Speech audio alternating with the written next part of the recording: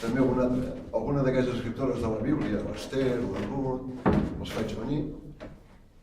Salomó no pot venir perquè ja no hi és. Els faig venir allà i presentarem la Bíblia. Doncs més o menys el que va fer en Pitu aquest dia a Mas Marroc era això, no? Va portar profetes, va portar evangelistes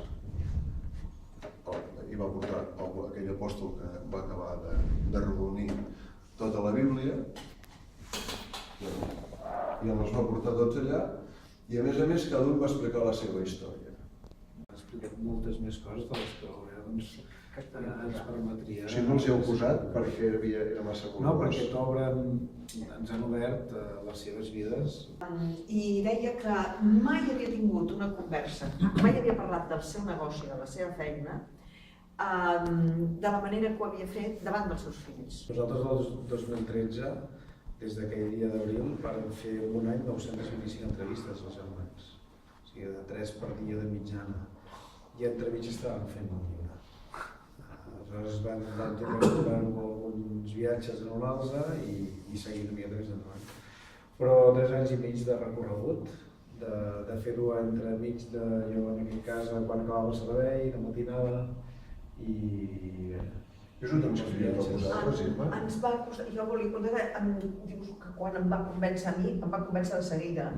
Perquè més que res jo és que estava perplexa de la proposta de que me la fessin a mi, que jo li deia, jo soc una analfabeta dels vins, a mi em sabria greu que el teu prestigi professional quedés malmès perquè jo no soc una bona companyia en el món del vi, però jo deixo clar, no, els vins els tastaré jo i tu tastaràs les persones. I em feia molt de respecte, sí. Sí, estava intrigadíssima, perquè deia, la Madame Leroy, no, encara no li dic, la Madame Leroy, no li dic, però Pitu, què passa? És que no sé com fer-ho, perquè és un... I pensava, aquesta senyora...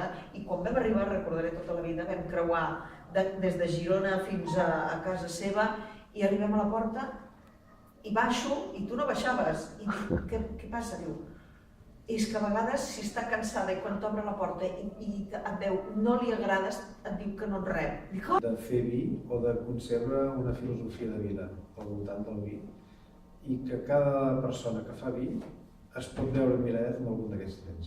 I aquesta és una cosa que em deixa tranquil. Sincerament no em veig amb una sensació de malestar quan miro altra gent i miro... No, jo crec que aquí hi ha una realitat de què passa en el món del vi avui. I aquest era el repte, plasmar-ho així. És veritat que m'ha quedat el Vall d'Amicà, del Líban, on ja havíem guerra des de... No els van deixar anar, i volíem anar i l'editorial va dir no us n'aneu al Líban ni per anar. Però és l'únic que...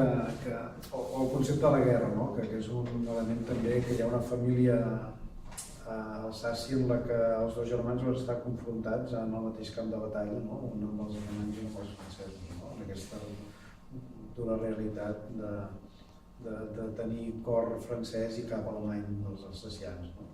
En vi també és molt potent, no? En 350 anys d'història una mateixa família fent vi. Hi ha coses més, és evident que quan vols tocar persones toques maneres diferents, però a nivell del que representa fer vi avui, aquests trets són els que jo crec que ho expliquen molt bé.